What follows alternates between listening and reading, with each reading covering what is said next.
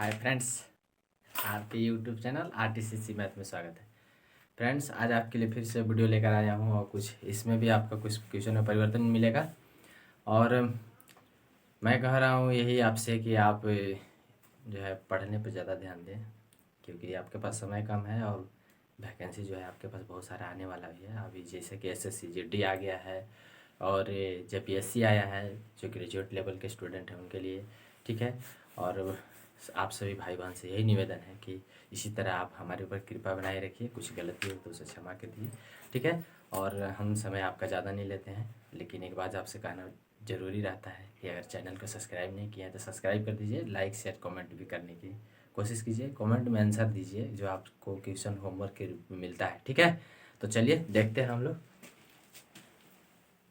50 अम्लीय मतलब 50% अम्लीय 9 लीटर द्रव में 50% अम्लीय 9 लीटर द्रव में कितना पानी मिलाया जाए, ठीक है। तो कह रहा है कि 9 लीटर में 50% अम्लीय है और बाकी है पानी, ठीक है। तो 9 का 50% निकाल देंगे, ठीक है, बटा 100 लिख दीजिए। तो आपका यहाँ हो जाएगा 4.5 लीटर, ठीक है। तो क्या है, अम्लीय है, आधा अम्लीय, यानी कहने का मतलब है कि 4.5 लीटर ई का है, अम्लीय है, अम्लीय। और इतना क्या है, वाटर है, वाटर यानी कि जल है, ठीक है, जल। हमें उम्मीद है आपको समझ में जरूर आ रहा होगा। इसका 50% निकालिएगा तो आपको इतना आता है, ठीक है। 9 × 45, 45 बटा 10 यानी कि ये वाला हुआ 4.5, उसका आधा यानी 50% है। तो कह रह जाए ताकि अम्लीय सांद्रता 30% रह जाए, यानी कि कितना पानी मिलाने के लिए बोल रहा है, यानी देखिए कितना पूछ रहा है कि कितना पानी मिलाया जाए ताकि अम्लीय सांद्रता 30% रह जाए, हमसे पूछ रहा है। तो देखिए तब कितना पानी मिलाया जाए, कितना में, तो 9.5 वाला में, यानी कि कहने का मतलब है कि अम्लीय में। तो लिखेंगे 4 आपको ज़्यादा कुछ नहीं करना है, जिसमें पानी मिलाने के लिए कहता है ना, ठीक है, उसको ऊपर रखते हैं, ठीक है, बटा। अब टोटल यानी कहने का मतलब है कि जितना आपसे पूछा जाएगा उसमें आपको क्या करना है, पानी मिलाना है, समझ गए। तो टोटल में मान लीजिए कि पानी जो मिलाने वाला जो प्रक्रिया है, मान लीजिए कि वो x है, पानी मिलाना है ना, तो पानी मिलाना ने है x, ठीक है। तो प्लस x बराबर, यानी कि जब हम पानी मिलाएंगे तो वो सांद्रता बन जाना चाहिए कितना, 30% बन जाना चाहिए। तो 30/100, समझ गए। अब हमें यहाँ सॉल्व करना है, कैसे सॉल्व करेंगे, तो देखिए 0 से 0 कैंसिल, ठीक है। तिरछा तिरछी आपका हो जाएगा गुना, यानी कि 4.5 into 10 is equal to 9 × 27 + 3x, यानी कि 27 प्लस x गुने 3 यानी कि 3x। हमें उम्मीद है आपको समझ में ज़रूर आ रहा होगा। जब इसको आप गुना कीजिएगा तो ये जो है ऑटोमेटिक जो है सिर्फ 45 ही बच जाएगा। काहे बचेगा ये आप देख लीजिए, यहाँ से एक ही जीरो हटाइएगा, नीचे आएगा, इसे ही कैंसिल हो जाएगा, तो बचेगा कितना, 45 is equal to 27 plus 3x। तो x बराबर आप जब लिखिएगा, x बराबर, तो यहाँ प्लस में है, इधर आ जाएगा माइनस में आ जाएगा, ठीक है। तो हम इसे लिखेंगे 45 - 27 बराबर बटा 3, यानी कि ये x बाहर लीजिए, x को 3 को नीचे लेना है, ठीक है। तो घटाइएगा, इधर से 5 15, 15 में से 8 गया तो यानी कि 7 गया तो 8 हो जाएगा। यहाँ बचा 3, 3 में से 2 चला जाएगा तो 1 हो जाएगा, बटा 3 कैंसिल कीजिएगा तो 6। हमें उम्मीद है आपको समझ में ज़रूर आया होगा, ठीक है।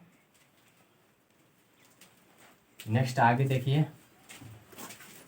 आगे है 16 और 24 का तृतीय अनुपात ज्ञात कीजिए, ठीक है। पूछ रहा है कि 16 और 24 का तृतीय अनुपात ज्ञात कीजिए। तो देखिए तृतीय अनुपात कहेगा ना तो हम कुछ नहीं करेंगे। पहला अनुपात ए रहता है, उसके बाद बी दूसरा अनुपात रहता है जिसको बी बोलते हैं, हमसे आगे सी अनुपात यानी तृतीय अनुपात पूछता है। तो 16 अनुपात 24 जैसे हम बता रहे हैं उसी तरह का, कोई दूसरा नियम मत लगाइएगा इसमें, हम जैसे बताया जा रहा है वैसा ही आप कीजिए, आपका काम बन जाएगा। ठीक है। उसके बाद डबल अनुपात, जो अनुपात बी रहता है ना, जो यहाँ बी दिया हुआ था ना, उसी संख्या को हम दोबारा यहाँ लिख देता है। ठीक है। मतलब तृतीय अनुपात जब भी ज्ञात करना होगा तो जो संख्या ए और बी, बी जो रहता है उसको हम अगला अनुपात में सी मान लेते हैं। ठीक है। यानी कि सी मानेंगे, उसके बाद यहाँ डी प्राप्त हमें हो जाएगा, यानी हमारा तृतीय अनुपात मिल जाएगा। ठीक है। तो देखिए ये संख्या और ये संख्या गुना हो जाता है, ये संख्या और ये संख्या जो है गुना हो जाता है, यानी ये वाला संख्या यहाँ वाला। ठीक है। तो हम ऐसे क्या करेंगे, 24 गुने 24 बटा 16, हमें उम्मीद है आपको समझ में आया होगा। 24 गुने 24 बटा 16, 8 दूनी 16, 8 3 24, 12 दूनी 24, तो आ जाएगा 36। ये हुआ मेरा राइट आंसर, यानी हमारा तृतीय अनुपात हुआ। नेक्स्ट आगे आपके सामने है, आपसे पूछा है यहाँ चतुर्थीय अनुपात, यानी कहने का मतलब है कि तृतीय अनुपात में दो चीज़ दिया हुआ रहेगा और तृतीय अनुपात में 2 चीज़ दिया हुआ रहेगा और बाकी के चतुर्थीय अनुपात में 3 चीज़ दिया हुआ होगा। आपको डायरेक्ट अगला आंसर निकाल देना है। ठीक है। तो देखिए इसमें भी वैसा ही करेंगे, 12 अनुपात 14 अनुपात डबल अनुपात 24। ठीक है। नेक्स्ट अनुपात हुआ 8, यही हमारा इसका आंसर हो जाएगा अभी। ठीक है। तो देखिए ये वाला ये गुना हो जाता है, अब ये वाला और ये वाला लास्ट वाला बनाता है। तो 14 गुने 12 बटा 12, 12 से 12 आप कैंसिल कर दिए, सॉरी 24, 12 दूनी की 24 कैंसिल हो जाएगा, तो यानी कि हो जाएगा 28 हमारा राइट आंसर। हमें उम्मीद है आपको जरूर समझ में आया होगा। नेक्स्ट अगला क्वेश्चन पे ध्यान दीजिए। चलिए देखिए, किसी राशि पर, ध्यान से समझिएगा, किसी राशि पर चक्रवृद्धि ब्याज और साधारण ब्याज के बीच 10% प्रति वर्ष पर 2 वर्ष के लिए अंतर 300 रुपया है। यानी कहने का मतलब है कि चक्रवृद्धि ब्याज ठीक है और साधारण ब्याज, ठीक है, चक्रवृद्धि ब्याज और साधारण ब्याज का अंतर जो दिया हुआ है वो 300 रुपया है। कितना है, 300 रुपया है। तो हमसे पूछ रहा है कि वह राशि ज्ञात कीजिए, जबकि मेरे पास जो है क्या दिया हुआ है, 10% रेट, यानी दर जो दिया हुआ है, दर जो है 10% और समय जो दिया हुआ है वो 2 वर्ष का दिया हुआ है। यानी मेरे पास अंतर कितना है, अंतर जो दिया है 300, दर दिया है 100, मतलब दर 10% है, समय हमारे पास 2 साल है। तो हमसे पूछ रहा है क्या चीज़, राशि।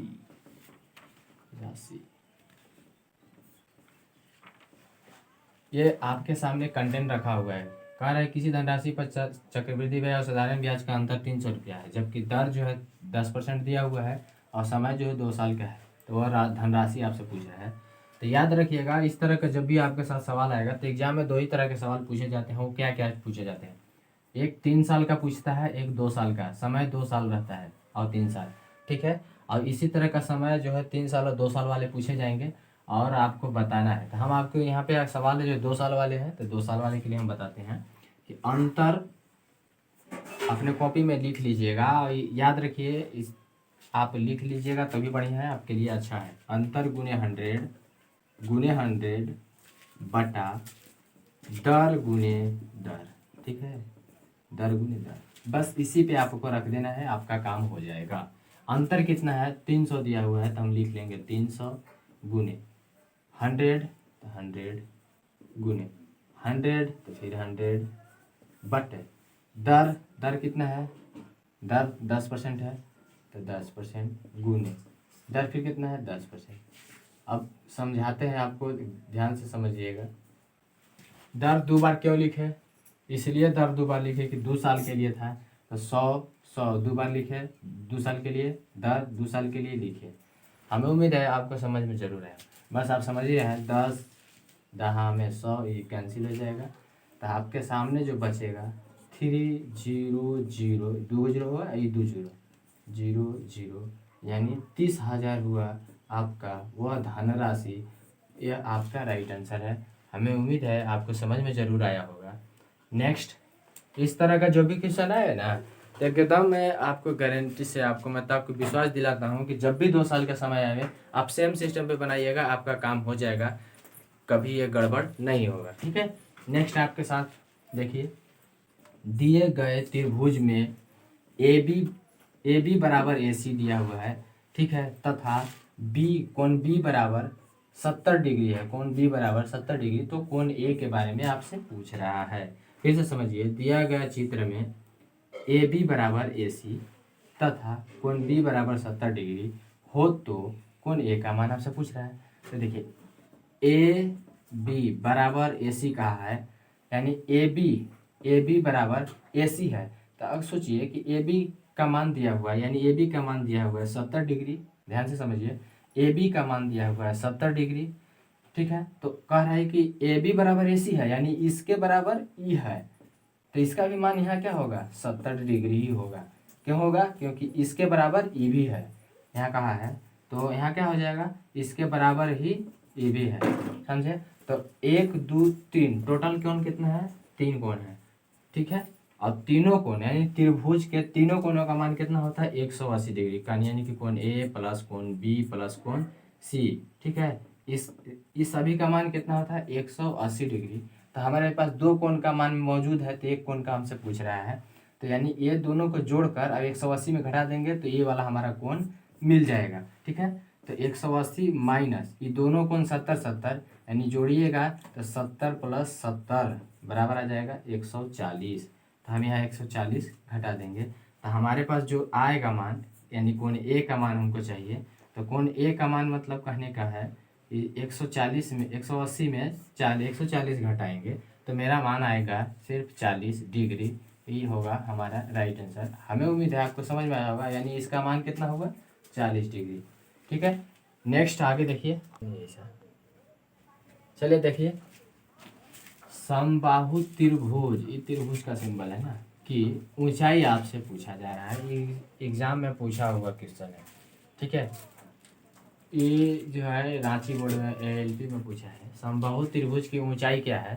तो समबाहु त्रिभुज की ऊंचाई अगर आपको पता होगा तो आप कमेंट में भी हमें आंसर दे सकते हैं, ठीक है, और आपको देना भी है, तो हम बता देते हैं, √3/2 इंटू भुजा, ठीक है, लिख लीजिएगा, बहुत इंपॉर्टेंट है ये क्वेश्चन। √3/2 इंटू भुजा, यही इसका मतलब आंसर है, ठीक है। नेक्स्ट जो अगला सवाल है वो क्या है, प्रथम लगातार, ध्यान दीजिए, प्रथम लगातार 21 विषम संख्याओं का योग कितना होगा। कह रहा है कि प्रथम लगातार 21 विषम संख्याओं का योग कितना होगा। तो मैंने आपको पहले बताया था, पहले अगर इस टाइप का अगर क्वेश्चन आपको नया लग रहा है तो कृपया इस वीडियो मतलब इस चैनल पे जो वीडियो जो बना हुआ है पीछे, उसको आप देखिए, वहाँ आपको समझ में आएगा, वहाँ पे बताया गया है इसके बारे में कि आपको इस टाइप का अगर क्वेश्चन पूछेंगे तो मतलब पूछा जाएगा तो कैसे आपको बताना है, मतलब बनाना है, ठीक है। चलिए देखते हैं कैसे। तो अगर विषम संख्या लगातार पूछे ना, चाहे कितनों का भी पूछे, तो आप कुछ मत कीजिए, जो दिया हुआ संख्या है ना इसको हम स्क्वायर कर देंगे, यानी कि 21 गुने 21 कर देंगे, तो इसका स्क्वायर कीजिएगा तो 441 सीधा सीधा आपका आंसर आ जाएगा। हमें उम्मीद है आपको समझ में जरूर आया होगा। फिर से समझिएगा, लगातार 21 विषम संख्या पूछे तो आप डायरेक्ट जो है जो संख्या पूछे उसका आप स्क्वायर कर दीजिए, वो आपका आंसर हो जाएगा। समझ गए, यानी कि कहने का मतलब है कि n² इसका ट्रिक है। समझ गए, आपको क्या करना है, n² करना है। जब भी लगातार पूछे विषम संख्या तो ऐसा ही आपको करना है। यहाँ 21 पूछा था, 22 23 24 25 26 27 28 29 30, किसी का भी पूछे डायरेक्ट स्क्वायर करेंगे उसका आंसर आ जाएगा, ठीक है, योग का। नेक्स्ट अगला सवाल है, प्रथम 25 लगातार सम संख्या का औसत कितना होगा।